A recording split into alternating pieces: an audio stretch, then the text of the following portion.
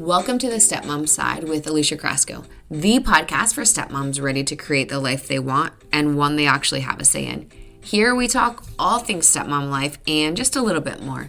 Leave the superficial conversations at the door and get ready for perspective shifts and actionable advice to help you on your way to creating the life you want, one step at a time.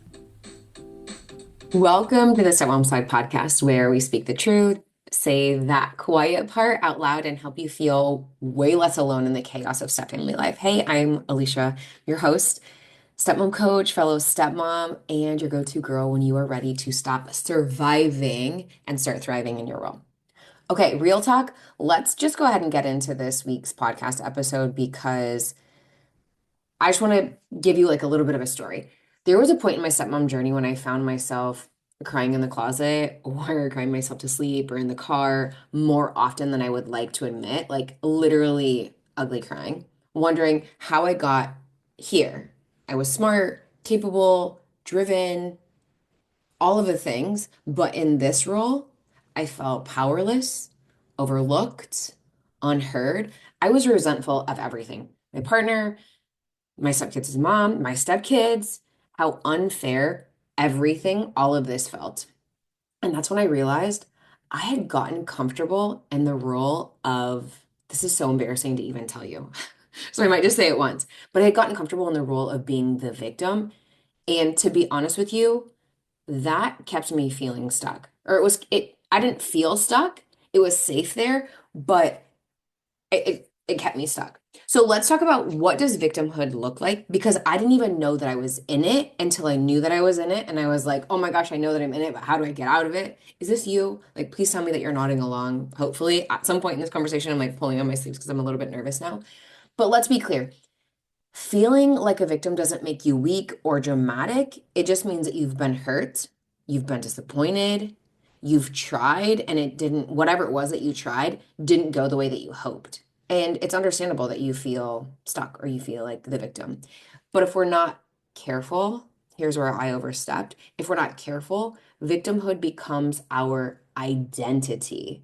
And let me know if you can relate to any of these things I'm about to say. It sounds like no one listens to me. I can't win no matter what I do. This will never get better. He always sides with them. She's always going to be in control of everything. Sound familiar? Oh, it's kind of like cringy, I like to say out loud because I've absolutely thought these things. But those thoughts, they feel true. They feel like facts, but they're not. They're interpretations. And when we live in that space too long, we absolutely give away our power. And my husband used to say this too, like, Alicia, you always just give away your power. And I'm like, yeah, whatever. No, I don't. Everyone just takes it from me. So let's talk about why it feels safer to stay stuck. The twist here is sometimes we choose to stay stuck, not not necessarily because we want to suffer, but because it feels safer than stepping into uncertainty, right? There's already so much uncertainty and so many unknowns in stepmom life that you're like, well, if I'm here like as the victim, blaming everyone else or pretending like nothing is my problem and it's everyone else's problem, that feels safer, as warped as that sounds to even like say out loud. It feels safer than like trying something different and stepping into that uncertainty.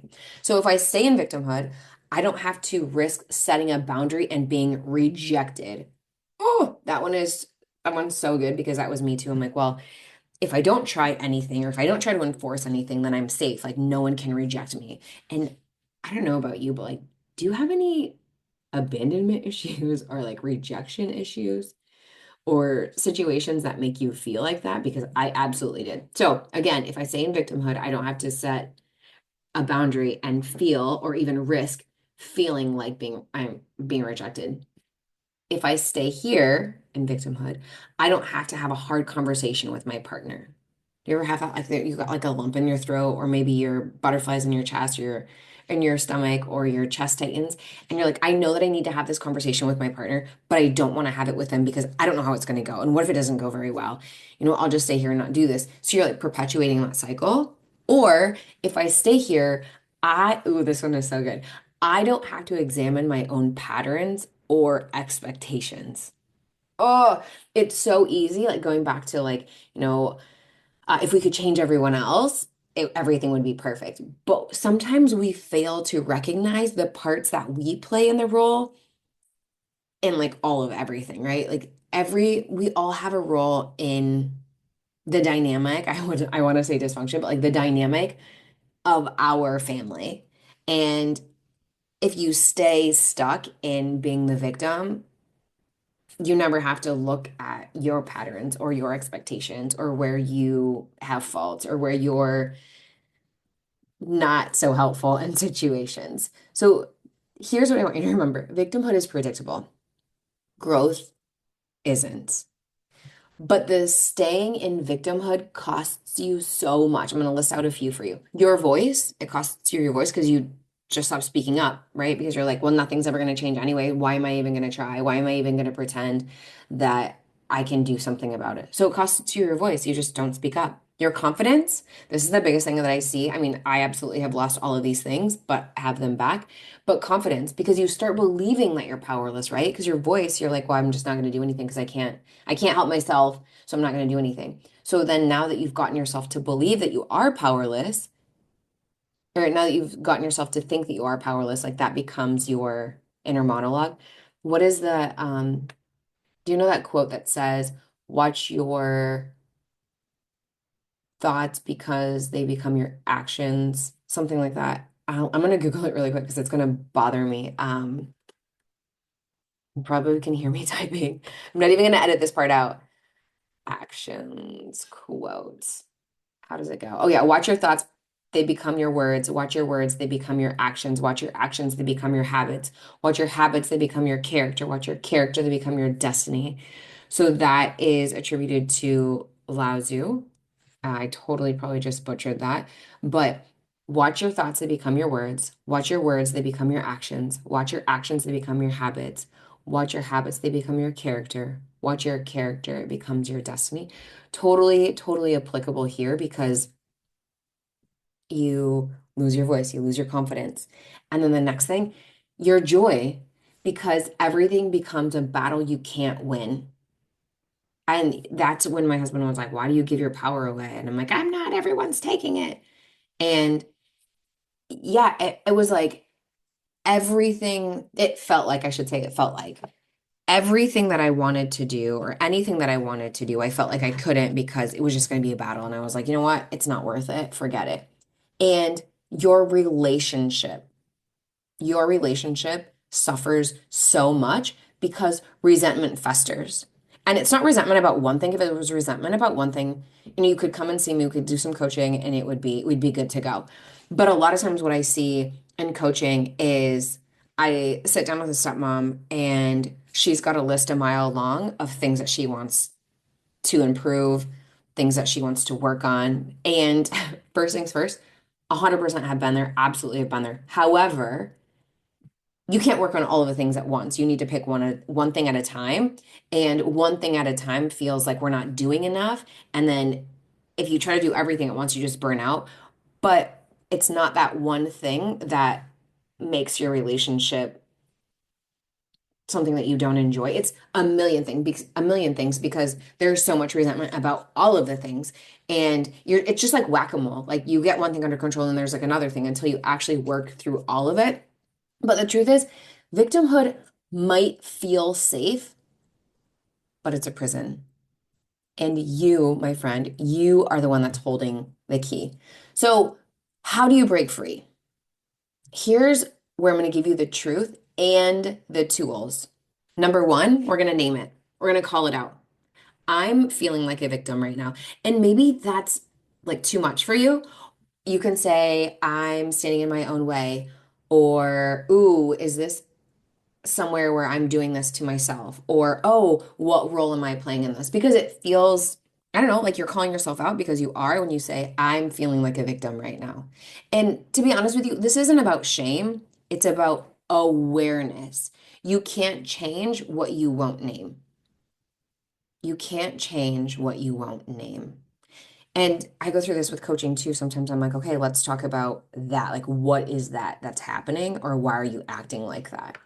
Or why are you doing the things that you're doing? I have a resource where it's about handling stressors. And once you can Once you find out the stressor, what behavior do you have? And then like ask yourself, why is the behavior that I'm exhibiting when the stressor happens, why isn't that working or why isn't that helping?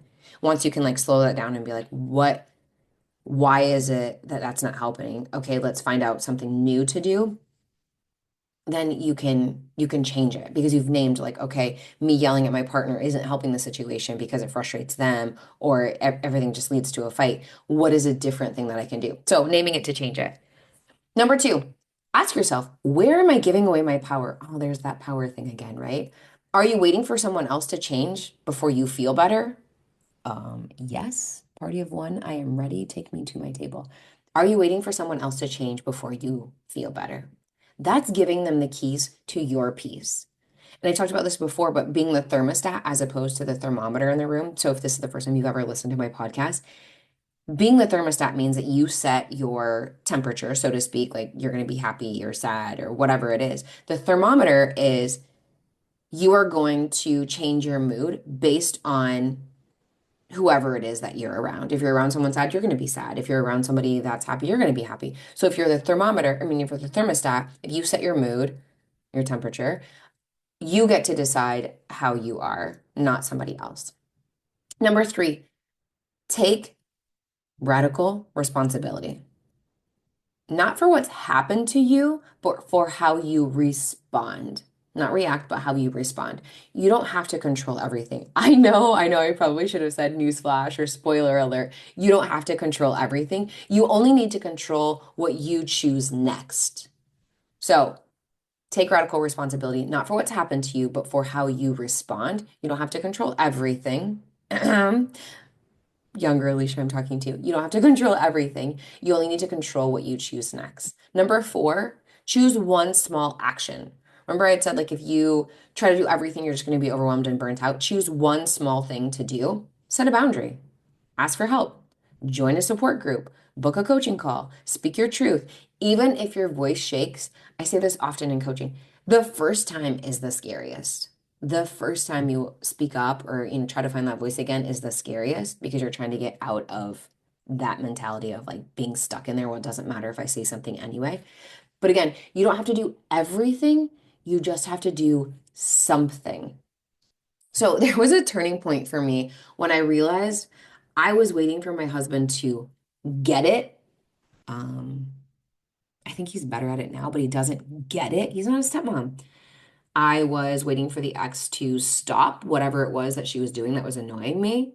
I was waiting for the kids to see me. I can't control what other people do or don't do. I can't make people see me. I can't make them stop doing things. I can't get them to get it. Like, I waited myself into burnout. Waiting, like, what if I can just change them? What? No, that's not going to happen. The moment I shifted, I stopped waiting and I started deciding how I'd show up, deciding what I'd tolerate, deciding that I deserved peace, even if it didn't change a damn thing. I mean, even if they didn't change a damn thing, I deserve peace too. And what peace looks like for me might be different from you. That's why you get to decide on how you show up, what you tolerate. But your peace also matters. But that's when everything started to change. And if you're listening right now and you're thinking, this is me. Oh my gosh, I have absolutely been down this. I just want you to know this. You're not weak. You are not broken. You are not stuck here forever. Being able to say, okay, yeah, you just did it. Like, this is me. This is what I'm feeling. This is what I'm experiencing. You're naming it. So now we can change it, right? You are allowed to have your feelings. Please hear me. You are allowed to have your feelings, and you're also allowed to rise above them. I used to meditate quite a bit. I don't so much anymore, but something that really helped me, like an analogy that I heard was watch your feelings like a thunderstorm that you watch out the window, which is kind of ironic because it's raining today. But if you look out the window and you watch a thunderstorm roll by, that's what you can do with your feelings. You are not your feelings. Like, I am not a sad person. I am not a mad person. I am not an angry person. I am not a happy person. I'm not a delighted person. I'm feeling those things. Like, I'm just a person. I'm feeling those things, but I am not those things. So, You're allowed to have your feelings, and you're also allowed to rise above them. You deserve a life in the stepmom role where you feel confident, calm, and in control, not spinning in someone else's drama, not handing away your power like it's candy on Halloween. Keep the candy, especially if they're Snickers or Twix bars. Keep the candy.